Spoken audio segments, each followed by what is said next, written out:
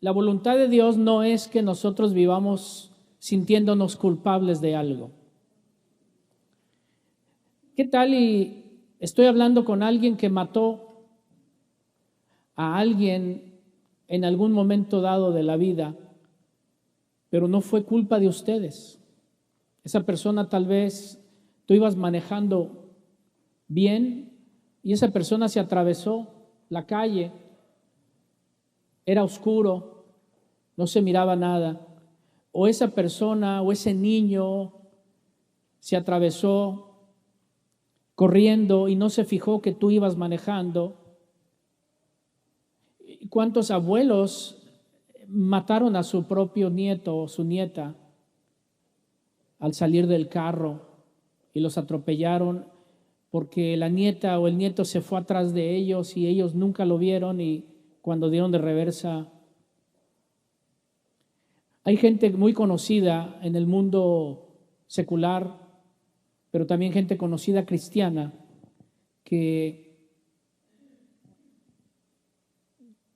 por accidente mataron ellos a sus hijos, sus nietos. La historia muy conocida del abuelo que estuvo jugando con la niña en un crucero, ¿se acuerdan? No hace mucho, y que se cayó la nieta, y que hasta el día de hoy inclusive le estaban queriendo meter cargos al abuelo porque estaban sospechando que el abuelo fue el que la había aventado, y no es verdad. Sin embargo, el abuelo decía que suficiente es la condena que él sentía dentro de sí mismo al no poder soportar ello. No sé cuántos vieron al cubano que se quedó sin frenos en un tráiler ahí en Miami, y que lo habían sentenciado a casi más de 100 años, de por vida. Me acuerdo que él, llorando, devastado, decía: quiero que me perdonen todas las familias. Siento que no tengo el deseo de vivir, no merezco vivir, debería estar muerto yo, etcétera, etcétera. ¿Cuántas expresiones hay de familiares que dicen? Hay una expresión que dice que los hijos enterrarán a los padres y no los padres a los hijos. Y cuántas veces de repente nos encontramos donde, estoy hablando varias experiencias de la vida, las que nos encontramos, en donde de repente el padre se siente culpable porque tal vez el hijo se quitó la vida, una sobredosis de droga, o una situación en la que el padre se siente culpable diciendo: no estuve ahí para ti, no estuve en el momento que me necesitabas. Y ahí empieza toda una situación de acusaciones en nuestras vidas. Te estoy hablando de gente que es culpable, pero que esa culpa no es de ellos. Esa culpa no es tuya. Esa culpa salió por una situación que estaba fuera de tu alcance. ¿Qué te cuento del hombre abusador que golpea a la esposa, que la abusa físicamente, y donde esa esposa termina creyendo que ella merecía esos golpes, diciendo: es que es mi culpa, es que es cierto, él tiene razón, él me pega porque él tiene razón, es mi culpa, yo merezco ese abuso? Puedes navegar en el aspecto de culpa de diferente manera. Pero ahora cambiemos el concepto. ¿Qué tal y hay una culpa que verdaderamente, sí eres consciente de lo que hiciste, lo hiciste con malicia, lo hiciste con maldad, lo hiciste con alevosía? Por ejemplo, el aborto. ¿Cuántas mujeres han abortado? Conscientes, que literalmente han ido a la clínica donde el bebé ya está formado y le dijeron: no lo abortes, no, por favor no lo hagas. Sí, yo lo voy a hacer, yo lo voy a abortar, yo no lo quiero. Y de repente de ahí se vive con una culpa, con un remordimiento. Y el remordimiento y la culpa va a traer un resentimiento. ¿Cuántos creen que hay solución para la culpa? Hay solución para la culpa. La Biblia habla que hay una solución para salir de esa culpa. Pero también hay obstáculos que se interponen para que nosotros podamos recibir la solución. Y la solución es perdón. Es el perdón, recibir el perdón por eso que nosotros hicimos y cometimos. Por eso, como subtítulo, Libres de Culpa, podría ponerle culpables perdonados. Culpable, la palabra culpable es una transgresión que merece un castigo y una sentencia. Y tú y yo en un momento dado hemos hecho algo consciente o inconsciente y después hemos recapacitado y nos hemos dado cuenta que estuvo mal, que estuvo equivocado lo que hicimos o lo que dijimos y nos sentimos culpables y nos sentimos sentenciados. El enemigo viene a traer acusación a nuestra vida para darnos la sentencia. Tú no eres un buen esposo, tú no eres una buena esposa, tú no eres una buena mamá. Tú no eres un buen papá, tú no eres un buen hijo, tus padres no te quieren, tú no eres un buen pastor, Comunidad de Fe no te quiere, Tomás. ¿Por qué no? Es válido pensar que de repente en todo lo que hacemos y lo que somos, empezamos a cuestionarnos e inclusive cuando las cosas no nos salen bien, empezamos a preguntarnos y empezamos inclusive a recibir esa voz equivocada diciendo, es tu culpa, es por tu culpa. Tú eres el culpable de todo. Al grado que le voy a decir algo. Hay gente que se siente pero tan culpable que aún lo que pasa fuera de su propia entorno, de su propio círculo de vida, de familia y de amigos, sino acontecimientos ajenos a su vida, y esa persona, el enemigo le ha hecho pensar que eso que pasó, que no tiene nada que ver con él o con ella, es culpa de él, de ella. ¿Cuántos hijos la familia los ha aprisionado y les ha puesto la responsabilidad? No hablé sobre los tipos de familias cuando prediqué los tipos de familias que hay. Me faltó una que se llama la familia representativa.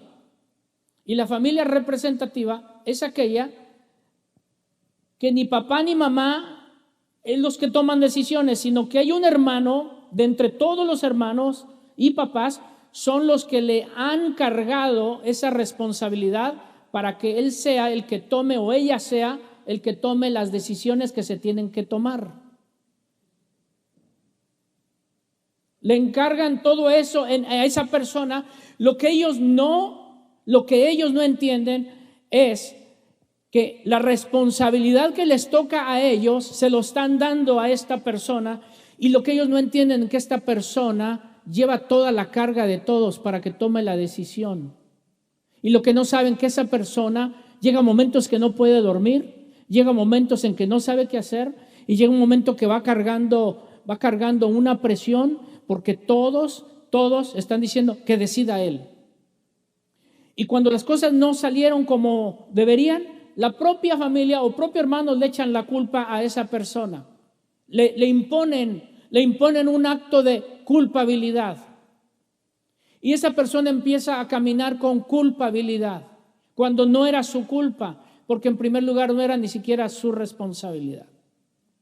Es como cuando un hermano no se esfuerza a trabajar, no se esfuerza a salir adelante y siempre la está pasando mal, y toda la familia le está exigiendo a esta persona que le resuelva el problema a su hermano. Y esa persona siente la responsabilidad que él es el que tiene que hacerlo. Puedo hablarte de muchos aspectos de culpabilidad en el que de repente viene a atraparnos esa culpa. ¿Alguna vez usted se ha sentido culpable de algo? ¿Sabías que la culpabilidad te puede llevar esclavo? Se dice que Juanito y Rosita, ¿hay Rositas aquí? Hermana Rosy, sí. Hermana Rosa, ¿nos queda? ¿Hay Juanitos aquí? Bueno, se dice que Juanito y Rosita de la ciudad tenían mucho tiempo que no iban a ver a la abuela. Y papá y mamá les dijeron, ¿les gustaría ir a visitar a su abuela unos 15 días de vacaciones? Y ellos bien contentos dijeron que sí.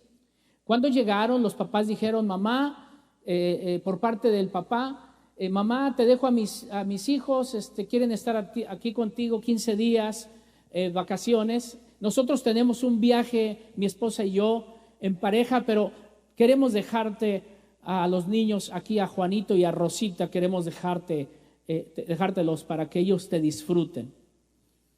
Pasaron 2, 3 días, todo iba bien, jugando los niños en el campo, etcétera, y de repente Juanito trae una resortera. Y de repente Juanito ve que así como un lizard, como una lagartija, la mira Juanito y agarra la resortera. Sí saben que es una resortera, ¿verdad? Por supuesto. ¿Sí? ¿Cómo sería en inglés la resortera? Slingshot, un slingshot. Ya había aprendido 2 palabras hoy. Si usted aprende una palabra por día, en 365 días, usted va a saber 365 palabras en inglés. ¿Ah? Así es de que el slingshot le apunta a la lagartija, pero ¿qué cree? En ese momento iba pasando un pato de la abuela.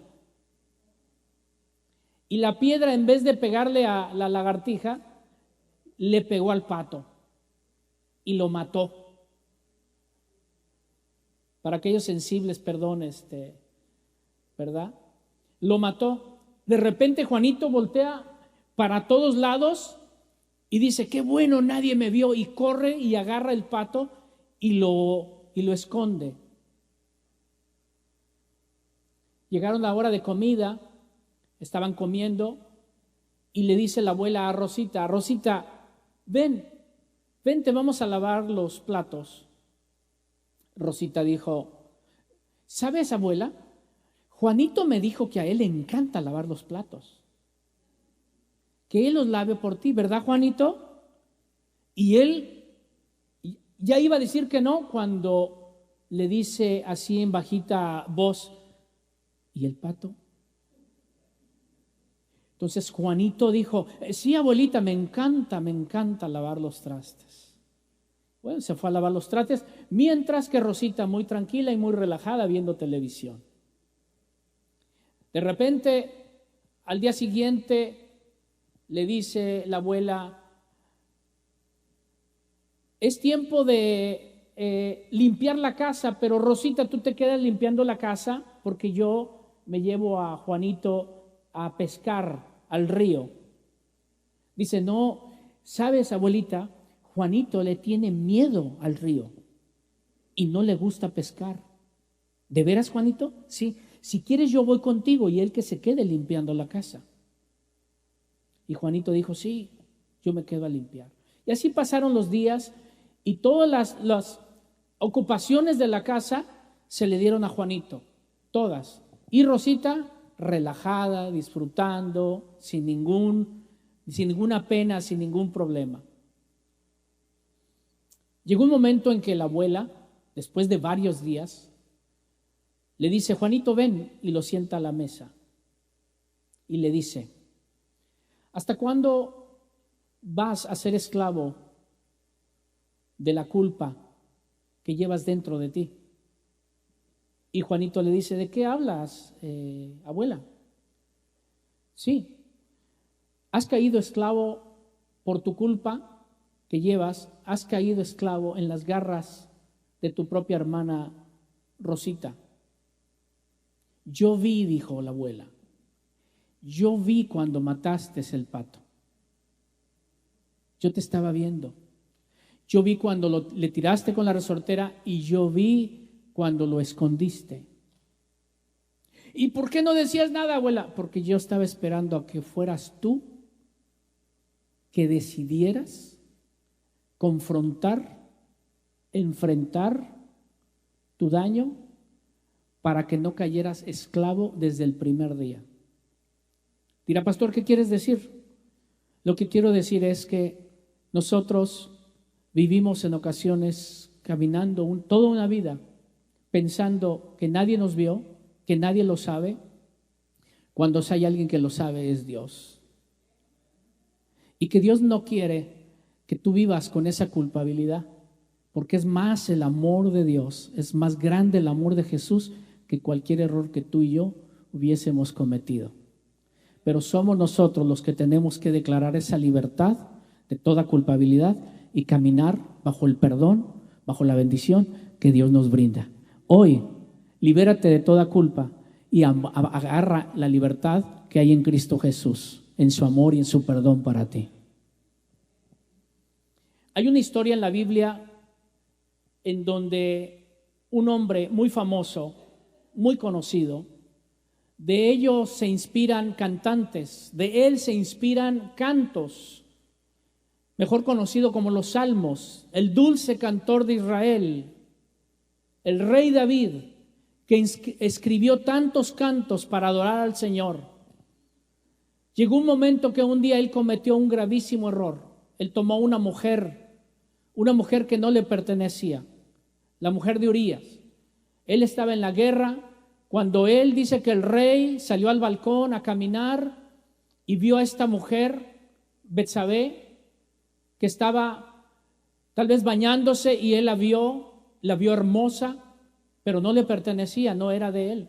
Él tenía concubinas, él tenía muchas princesas, muchas mujeres a su disposición, pero el rey David sale al balcón y la mira y la desea y le manda llamar a uno de sus criados y les dice: tráeme a esa mujer, quiero a esa mujer. Siendo el rey pensando que él tenía el derecho de todo, la trae, la hace suya e inclusive manda traer a su esposo, lo manda traer porque se da cuenta que ella queda embarazada. El rey trata de tapar y trata de cubrir el error que ha cometido. Recuerde, culpa significa una transgresión que merece sentencia, que merece castigo. Ahora bien, dice que lo trae al esposo y que el esposo cuando viene directamente con el rey, no va a su casa, va con el rey. Le dice: mi rey, me mandaste llamar. El rey le dice: sí, quiero decirte que quiero que tú eres un buen soldado. Quiero que te vayas y pases tu buen tiempo con tu esposa. Disfruta a tu esposa. Claro, para querer tapar lo que él ya había transgredido. Haciéndole pensar, él estuvo aquí, está embarazada, es de él. Pero ¿qué pasa? Este hombre hizo algo, porque hay veces que Dios acomoda todo para encaminarte a tu libertad.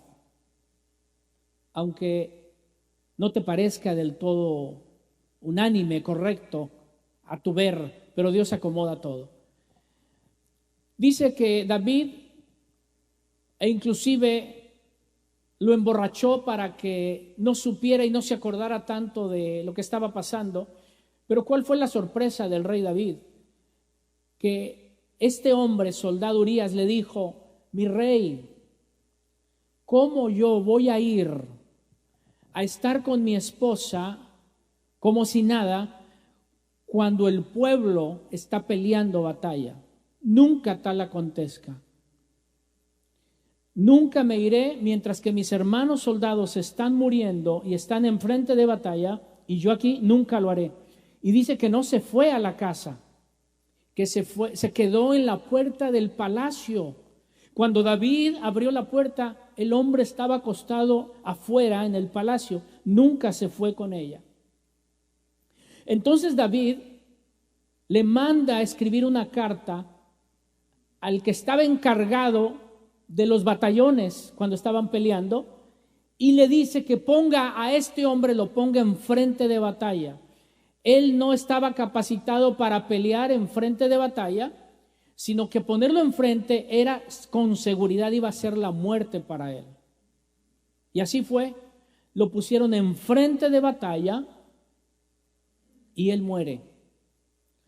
Y David, pensando que ya había cubierto su falta, había cubierto su pecado, queda tranquilo.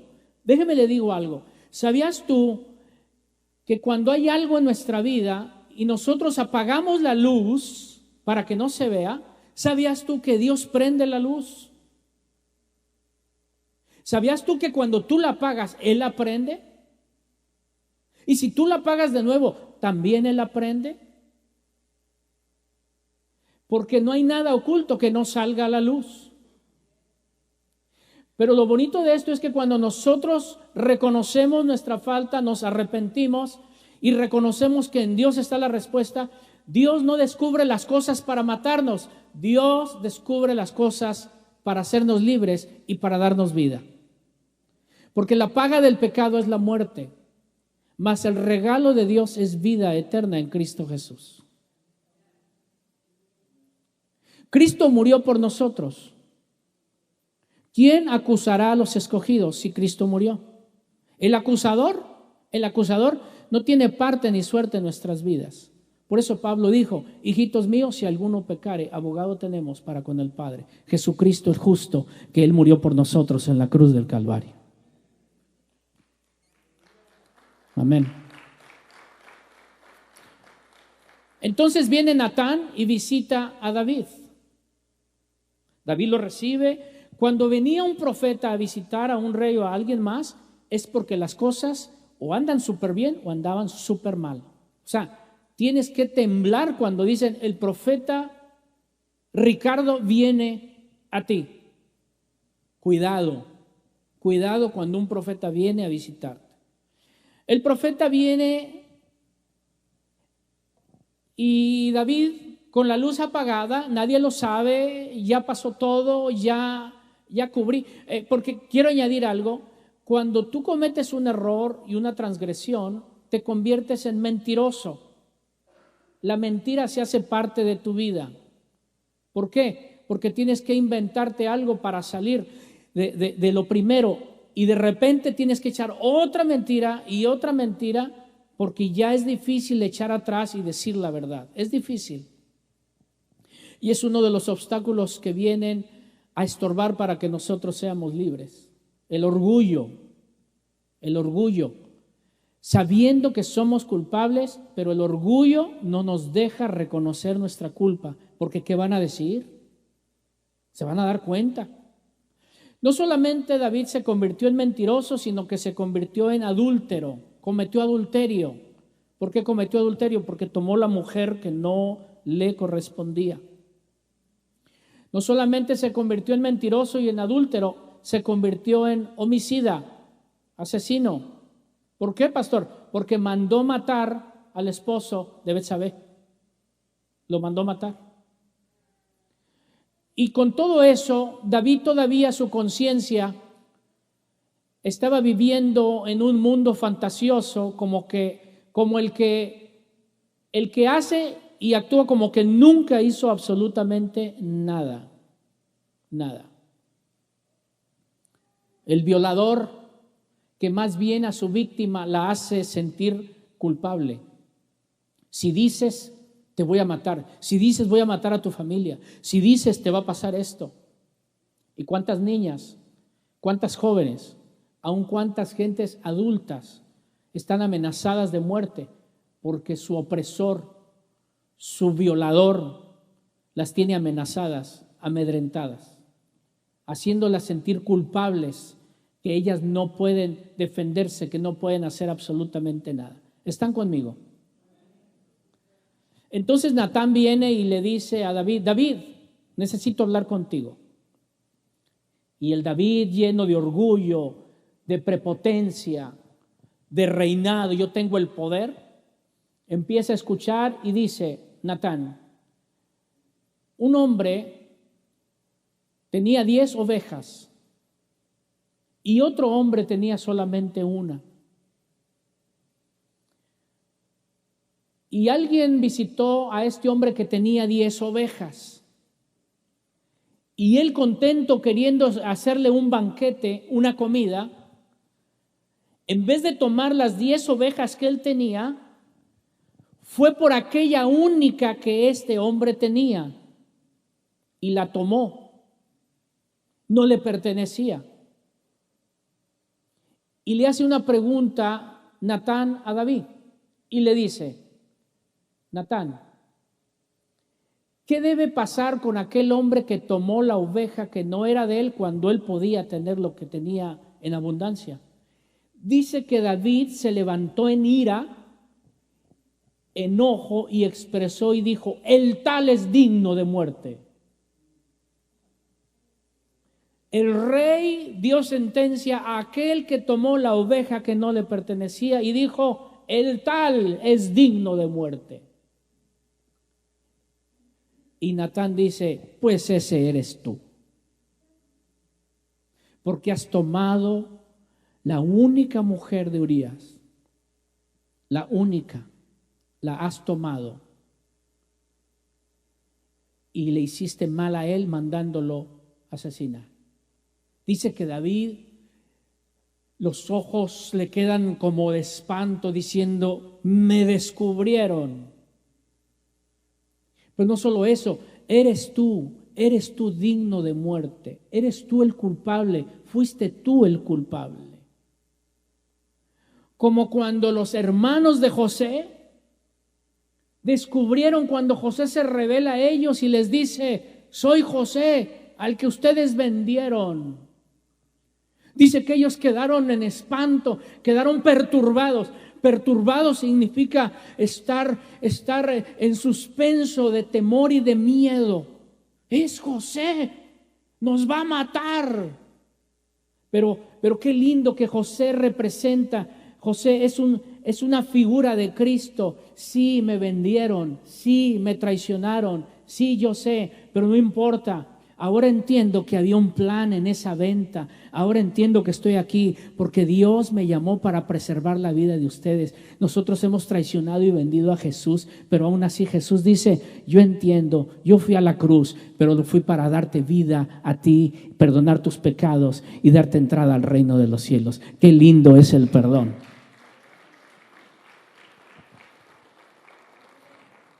David entiende y empieza una culpa en él. Empieza a estar una culpa en él que no lo deja en paz. Y empieza a escribir 2 salmos muy bonitos, que van acompañados con ese remordimiento, ese dolor de haber pecado. Ahora, antes de leer los versículos, quiero decirles algo. Hay 2 palabras muy importantes que tú y yo debemos de aprender. Un remordimiento es sentir dolor por haber hecho algo malo, sentirte mal, pero lo sigues haciendo. Eso es remordimiento. Pediste perdón, pero en cuanto te das la vuelta, vuelves otra vez a lo mismo. Ese es remordimiento de conciencia. Estuvo mal, no debiste de haber hecho, no debiste de haber dicho. Sin embargo, lo vuelves a hacer. ¿Por qué lo vuelves a hacer? Porque no hubo un verdadero arrepentimiento. O porque hay una atadura muy fuerte que es más fuerte que tú y que el único que puede hacerte libre es Cristo Jesús. Por otro lado, la palabra arrepentimiento, que es diferente de remordimiento, es haber reconocido que hiciste algo malo, pero te estás arrepintiendo. No remordimiento, arrepentimiento. Y arrepentimiento es sentirte mal, reconocer que hiciste mal, que eres culpable, pero te das la vuelta y nunca más vuelves a practicar aquello que hiciste, sino que cambias tu camino, cambias tu accionar y cambias tu acción, tu estilo de vida, lo cambias, ya no más. Tú y yo éramos culpables del pecado, porque éramos pecadores, pero nos arrepentimos. Cristo Jesús nos perdonó, nos hizo libres de toda culpa, de toda transgresión, y ya no practicamos a aquello que nosotros practicábamos. ¿Sabe por qué? Porque Cristo cambió y transformó nuestras vidas y ahora somos libres. Aleluya. Son dos palabras que tenemos que acompañarlas en nuestra vida para que podamos entender el verdadero sentido de esa libertad que el Señor nos brinda. Ahora bien, aquí en el Salmo 32, David reconoce y exalta la bendición de ser perdonados. Cuando uno es perdonado, uno es libre. Cuando uno no es perdonado, es esclavo de aquel que lo ha tomado por la culpa que uno ha cometido. No sé si se acuerdan, años atrás se usaba mucho que el que asesinaba a alguien allá en Europa, uno de los castigos era que el que asesinaba a alguien le amarraban el muerto atrás hasta que literalmente se descompusiera el muerto atrás de castigo, como diciendo, lo mataste, pues va a estar pegado a ti. Aquella persona que no ha recibido el perdón y que se siente culpable es esclava de aquello o de aquel que está atado.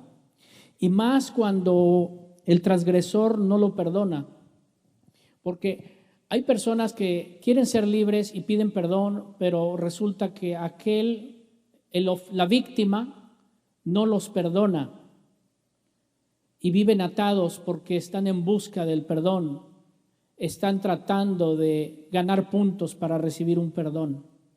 Pero déjame decirte, cuando tú tengas que pedirle perdón a alguien, pídele perdón. Si la persona no te perdona, tú ya quedas libre, pero tú ya hiciste lo correcto. Tú ya le dijiste, perdóname, me siento mal.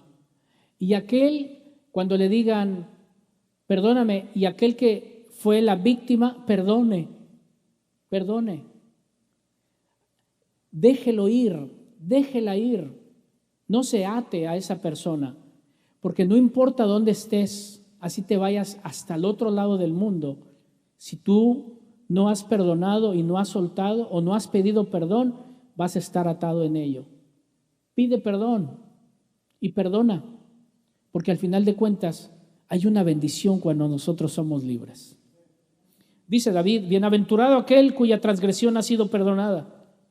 David está diciendo, bienaventurado el hombre, es bendecido aquel cuya error ha sido perdonado y cubierto su pecado. La sangre de Jesús dice que nos redime y que hace expiación por el pecado. ¿Qué es el pecado? El pecado es la falta que tú y yo cometimos. La sangre de Jesús derramada en la cruz del Calvario dice que hizo expiación. La palabra expiación significa cubrir, para que no se vea mi pecado. Somos pecadores, hemos cometido errores. El pecado está ahí. ¿Qué es lo que ven aquí? Una copita.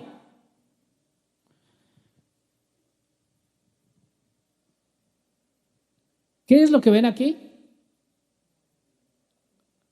Una copita tapada. ¿Qué es lo que ven? ¿Sus ojos qué están viendo? Un pañuelo. ¿Qué es lo que ven aquí? Una copita. ¿Qué es lo que ven aquí?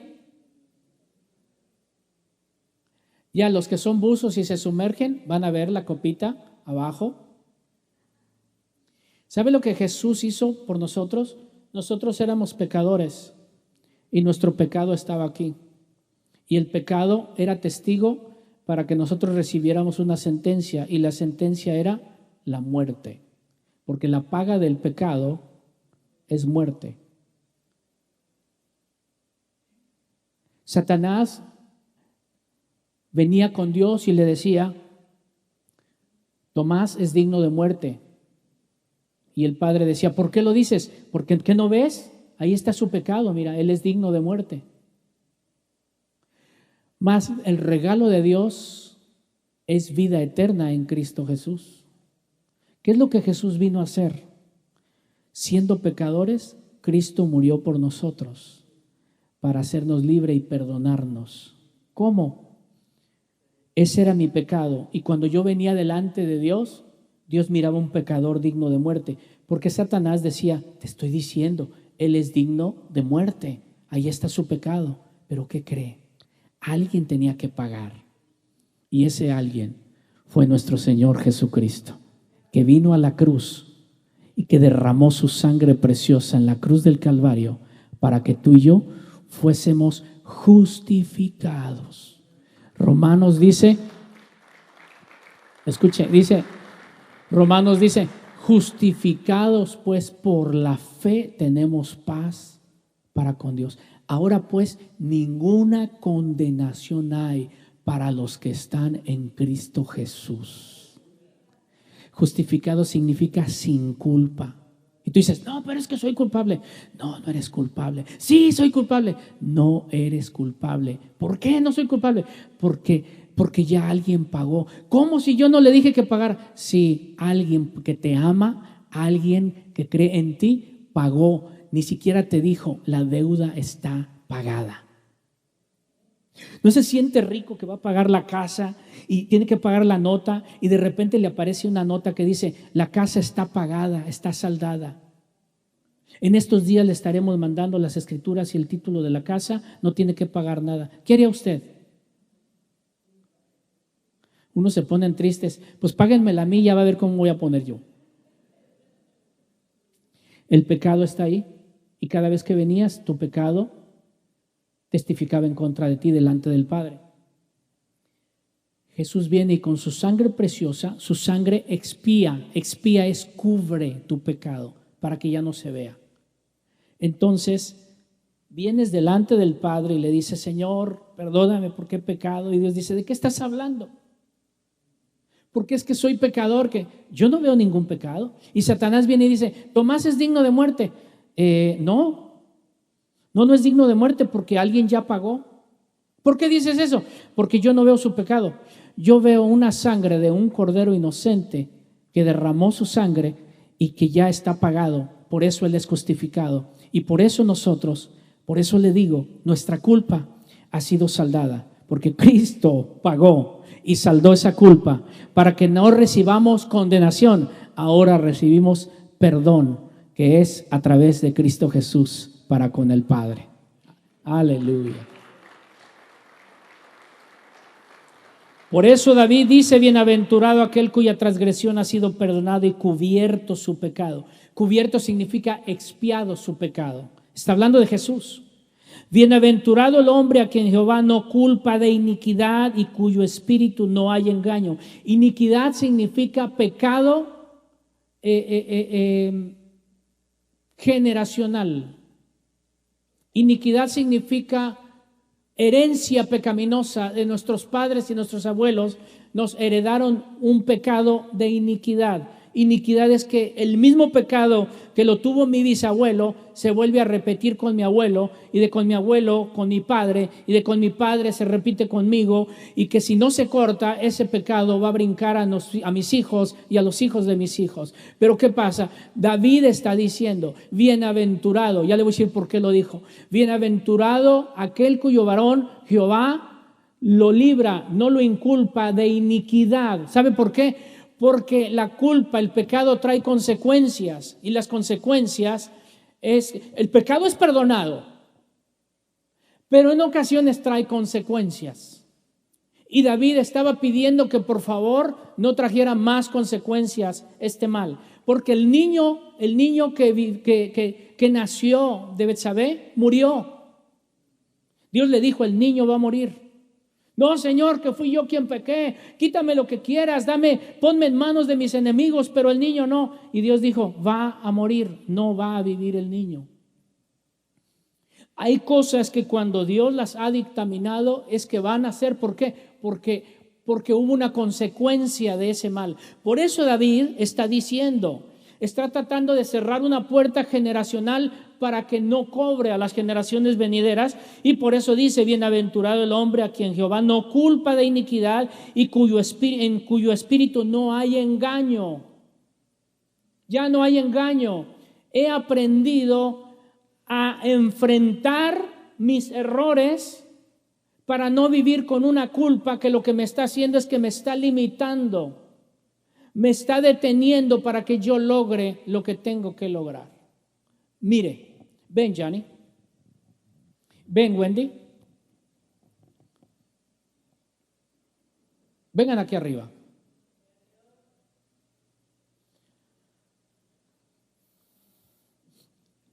Tú párate ahí, Wendy, y tú ven, Johnny. Ven, volteate acá, así. Mira, tú di en fuerte voz, amor mío. Ven, espérate, no, ella, no tú. Ella va a decir, Wendy, tú vas a decir, amor mío, ven a mis brazos, tantos años sin vernos. ¿Ok? Ahorita te digo. Y tú ahorita vas a ir. Muy bien. ¿Lista? Dilo fuerte. No, pero espérate, más emocionada. Tiene años que no lo ves. Así como, imagínate que tiene como 10 años que no lo ves. ¿Ve? Ajá. ¿Sabe qué pasa? Espérate, ya, no me jales. ¿Sabe qué pasa? Es un pequeño ejemplo de tantas cosas. Hay muchas cosas en la vida por disfrutar, que Dios las pone para que las disfrutes y que nunca más van a volver. Pero por culpa de la culpa, del castigo y de lo que el enemigo ha metido en nuestra mente, ¿sabe qué? Nos tiene retenidos y nos deja pasar esos buenos momentos esperando a que vuelvan de nuevo y no van a volver. Déjame decirte, es más importante ser libre de esa culpa para que puedas, ahora sí, ve a sus brazos de tu amada. Gracias, muchachos. Yo quiero que pienses por un momento en lo que estoy hablando. Piensa qué áreas de tu vida el enemigo te ha privado, que pudiste haber disfrutado y no lo disfrutaste porque es por culpa. Hay hombres que tal vez me estén escuchando en el que se sienten culpables porque dejaron a su familia, dejaron a su esposa y a sus hijos por otra mujer. Y han pasado los años, sus hijos no quieren saber nada de él. Y él, han pasado los años y quiere recuperar el amor, quiere recuperar a sus hijos, pero sus hijos no quieren saber nada de él. Y él lleva esa culpa y ese remordimiento y él anhela de nuevo estar con sus hijos.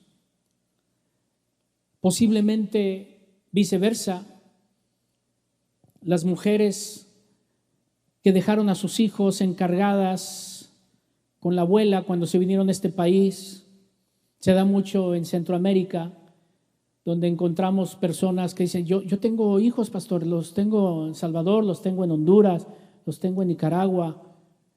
¿Y hace cuánto? No, pues desde niña la dejé y ya no volví porque yo tengo que trabajar, le mando dinero, pero de repente te vienes a encontrar con la situación que esa niña y ese niño tienen abandono en ellos. Y que llegue el día en que enfrentan esa situación, porque te voy a hablar sobre 5 aspectos bien rapidito de cómo ser libres de la culpa. Y de repente esa niña y ese niño dice, ¿por qué me dejaste? A ver, quiero que me digas por qué me dejaste. ¿Por qué te fuiste cuando yo más te necesitaba? ¿Qué tal estoy hablando con personas que quisieran decírselo a ese papá o a esa mamá? Y ustedes ya son adultos, ya son casados, pero todavía tienen ganas de decirle, es que quiero que me digas por qué me dejaste, por qué te fuiste. Tú no sabes cuánto te necesité. Tú no sabes cuánto lloré solo o sola.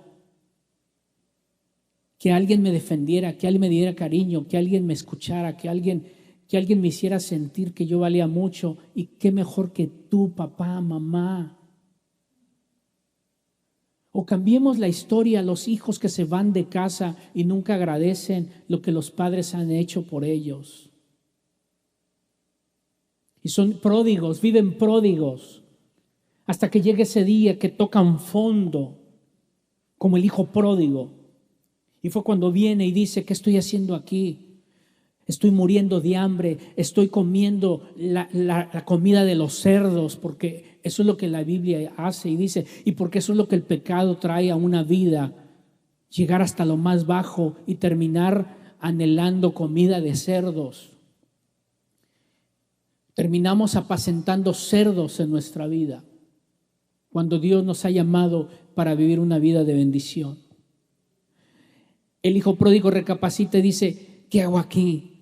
¿Cuántos en la casa de mi padre, que no son ni siquiera hijos, están disfrutando de las bendiciones que mi padre tiene en su hacienda, y yo aquí estoy muriendo? Haré algo, iré a mi padre. Imagino que hasta practicó: padre, padre, vengo aquí, no, tampoco. Hasta que me imagino, estoy parafraseando, que encontró las frases correctas, las que venían del corazón. Y dijo: Padre, he pecado contra el cielo y contra ti. Es decir, he transgredido, te he ofendido, te he fallado. Y ya no soy digno de ser llamado tu hijo.